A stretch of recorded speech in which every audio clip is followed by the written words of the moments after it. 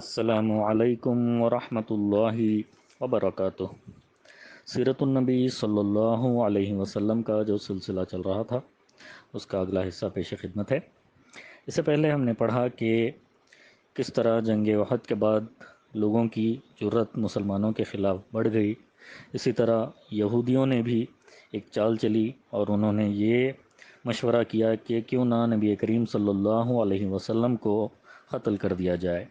چنانچہ جب ایک بار نبی کریم صلی اللہ علیہ وسلم ایک یہودی کے گھر گئے کسی معاملے کو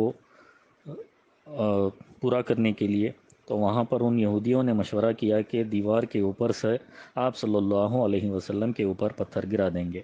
لیکن اللہ تعالیٰ نے جبرائیل علیہ السلام کے ذریعے جب آپ صلی اللہ علیہ وسلم کو اس کی اطلاع دے دی تو آپ صلی اللہ علیہ وسلم وہاں سے اٹھ کر چلے گئے۔ اب اس کے آگے مدینہ واپس آ کر آپ صلی اللہ علیہ وسلم نے فوراً ہی محمد بن مسلمہ رضی اللہ عنہ کو بنی نذیر کے پاس روانہ فرمایا اور انہیں یہ نوٹس دیا کہ تم لوگ مدینے سے نکل جاؤ، اب یہاں میرے ساتھ نہیں رہ سکتے، تمہیں 10 دن کی مہلت دی جاتی ہے، اس کے بعد جو شخص پایا جائے گا اس کی گردن مار دی جائے گی۔ اس نوٹس کے بعد یہود کو جلاوطنی کے سوا اور کوئی چارہ نہیں رہ گیا تھا، چنانچہ وہ چند دن تک سفر کی تیاریاں کرتے رہے، لیکن اسی دوران عبداللہ بن ابی رئیس المنافقین نے کہلا بھیجا کہ اپنی جگہ برقرار رہو، ڈٹ جاؤ اور گھر بار نہ چھوڑو، میرے پاس 2000 میدان جنگی ہیں جو تمہارے ساتھ تمہارے قلعے میں داخل ہو کر تمہاری حفاظت میں جان دے دیں گے، اور اگر تمہیں نکالا ہی گیا تو ہم بھی تمہارے ساتھ نکل جائیں گے اور تمہارے بارے میں کسی سے ہرگز نہیں دبیں گے، اور اگر تم سے جنگ کی گئی تو ہم تمہاری مدد کریں گے، اور بنو قریظہ اور بنو غطفان جو تمہارے حلیف ہیں وہ بھی تمہاری مدد کریں گے۔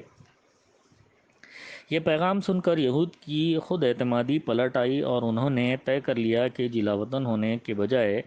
ٹکر لی جائے۔ ان کے سردار حوی بن اخطب کو توقع تھی کہ رئیس المنافقین نے جو کچھ کہا ہے وہ پورا کرے گا، اس لیے اس نے رسول اللہ صلی اللہ علیہ وسلم کے پاس جوابی پیغام بھیج دیا کہ ہم اپنے دیار سے نہیں نکلتے، آپ صلی اللہ علیہ وسلم جو کرنا چاہو کر لو۔ اس میں شبہ نہیں کہ مسلمانوں کے لحاظ سے یہ صورتحال نازک تھی، کیونکہ ان کے لیے اپنی تاریخ کے اس نازک اور پیچیدہ موڑ پر دشمنوں سے ٹکراؤ کچھ زیادہ مفید و مناسب نہ تھا، انجام خطرناک ہو سکتا تھا۔ آپ صلی اللہ علیہ وسلم دیکھ ہی رہے ہیں کہ سارا عرب مسلمانوں کے خلاف تھا اور مسلمانوں کے 2 تبلیغی وفاد نہایت بے دردی سے تحقیق کیے جا چکے تھے، پھر بنی نذیر کے یہود جو اتنے طاقتور تھے کہ ان کا ہتھیار ڈالنا آسان نہ تھا اور ان سے جنگ مول لینے میں طرح طرح کے خدشات تھے، مگر برمعونہ کے المیے سے پہلے اور اس کے بعد کے حالات نے جو نئی کروٹ لی تھی اس کی وجہ سے مسلمان قتل اور بدعہدی جیسے جرائم کے سلسلے میں زیادہ حساس ہو گئے تھے، اور ان جرائم کا ارتکاب کرنے والوں کے خلاف مسلمانوں کا جذبہ انتقام بڑھ گیا تھا۔ لہٰذا انہوں نے طے کر لیا کہ چونکہ بنو نذیر نے رسول اللہ صلی اللہ علیہ وسلم کے قتل کا پروگرام بنایا تھا، اس لیے ان سے بہرحال لڑنا چاہیے، خواہ اس کے نتائج جو بھی ہوں۔ چنانچہ جب رسول اللہ صلی اللہ علیہ وسلم کو حوی بن اخطب کا جوابی پیغام ملا تو آپ صلی اللہ علیہ وسلم نے اور صحابہ کرام رضی اللہ عنہم نے کہا اللہ اکبر، اور پھر لڑائی کے لیے اٹھ کھڑے ہوئے اور ابن ام مکتوم رضی اللہ عنہ کو مدینہ کا انتظام سونپ کر بنو نذیر کے علاقے کی طرف روانہ ہو گئے۔ علی بن ابی طالب رضی اللہ عنہ کے ہاتھ میں علم تھا۔ بنو نذیر کے علاقے میں پہنچ کر ان کا محاصرہ کر لیا گیا۔ ادھر بنو نذیر نے اپنے قلعوں اور گڑھیوں میں پناہ لی اور قلعہ بند ہو کر فصیل سے تیر اور پتھر برساتے رہے۔ چونکہ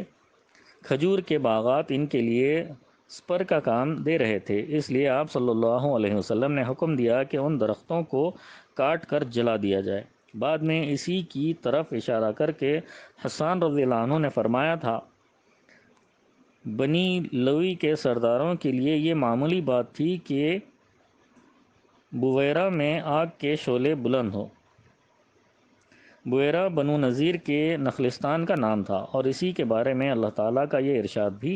نازل ہوا۔ اعوذ باللہ من الشیطان الرجیم، بسم اللہ الرحمن الرحیم، ما قطعتم من لینۃ او ترکتموها قائمۃ علی اصولها فبإذن اللہ ولیخزی الفاسقین۔ تم نے کھجور کے جو درخت کاٹے یا جنہیں اپنے تنوں پر کھڑا رہنے دیا، وہ سب اللہ تعالیٰ ہی کے اذن سے تھا، اور ایسا اس لیے کیا گیا تاکہ اللہ تعالیٰ ان فاسقوں کو رسوا کرے۔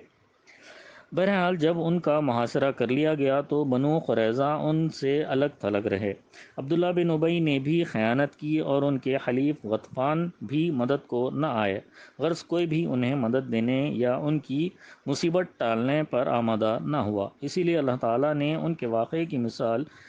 قرآن مجید میں یوں بیان فرمائی: اعوذ باللہ من الشیطان الرجیم،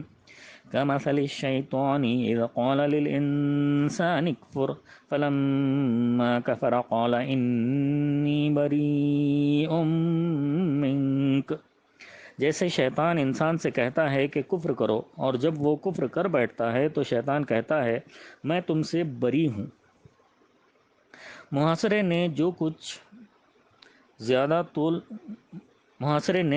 زیادہ طول نہیں پکڑا، بلکہ صرف 6 رات یا بقول بعض 15 رات جاری رہا کہ اس دوران اللہ تعالیٰ نے ان کے دلوں میں رعب ڈال دیا، ان کے حوصلے ٹوٹ گئے، وہ ہتھیار ڈالنے پر آمادہ ہو گئے، اور رسول اللہ صلی اللہ علیہ وسلم کو کہلوا بھیجا کہ ہم مدینے سے نکلنے کو تیار ہیں۔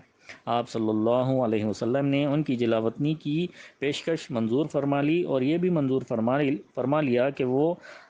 اسلحہ کے سوا باقی جتنا ساز و سامان اونٹوں پر لاد سکتے ہوں سب لے کر بال بچوں سمیت چلے جائیں۔ بنو نذیر نے اس منظوری کے بعد ہتھیار ڈال دیے اور اپنے ہاتھوں اپنے مکانات اجاڑ ڈالے، تاکہ دروازے اور کھڑکیاں بھی لاد کر لے گئے،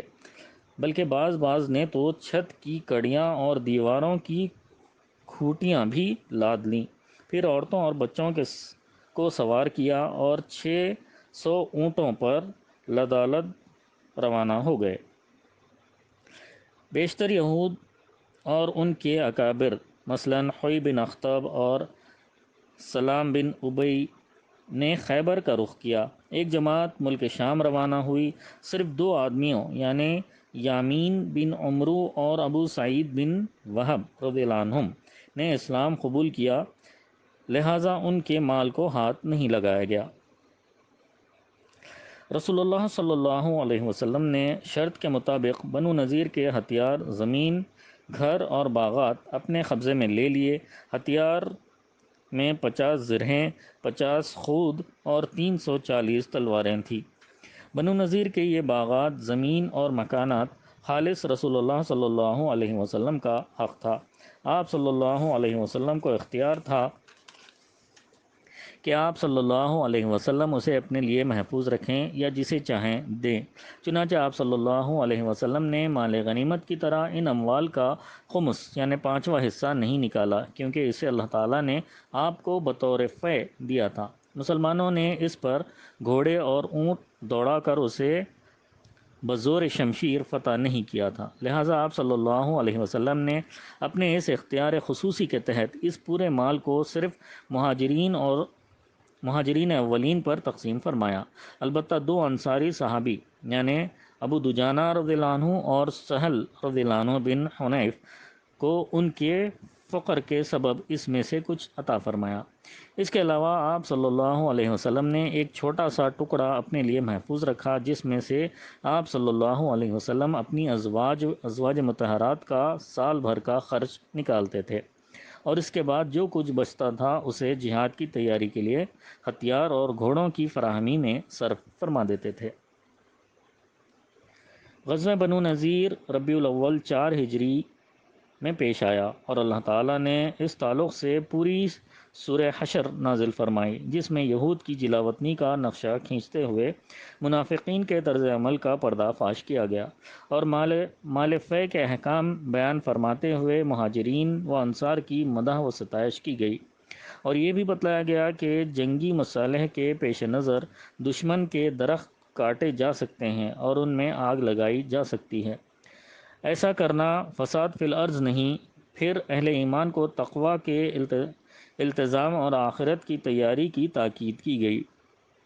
ان سب کے بعد اللہ تعالیٰ نے اپنی حمد و ثنا فرماتے ہوئے اور اپنے اسماء و صفات کو بیان کرتے ہوئے سورہ ختم فرما دی۔ ابن عباس رضی اللہ عنہ اس سورہ حشر کے بارے میں فرمایا کرتے تھے کہ اسے سورہ بنو نذیر کہو۔ انشاءاللہ تعالی اس کے بعد اگلی نشست میں بیان کیا جائے گا۔ اللہ تعالی ہم سب کو نبی کریم صلی اللہ علیہ وسلم سے جیسی محبت کرنی چاہیے ویسی محبت کرنے والا بنائے، اور نبی کریم صلی اللہ علیہ وسلم کے نقش قدم پر اپنی زندگیوں کو گزارنے والا بنائے۔ آمین ثم آمین، وآخر الدعوانا ان الحمد للہ رب العالمین۔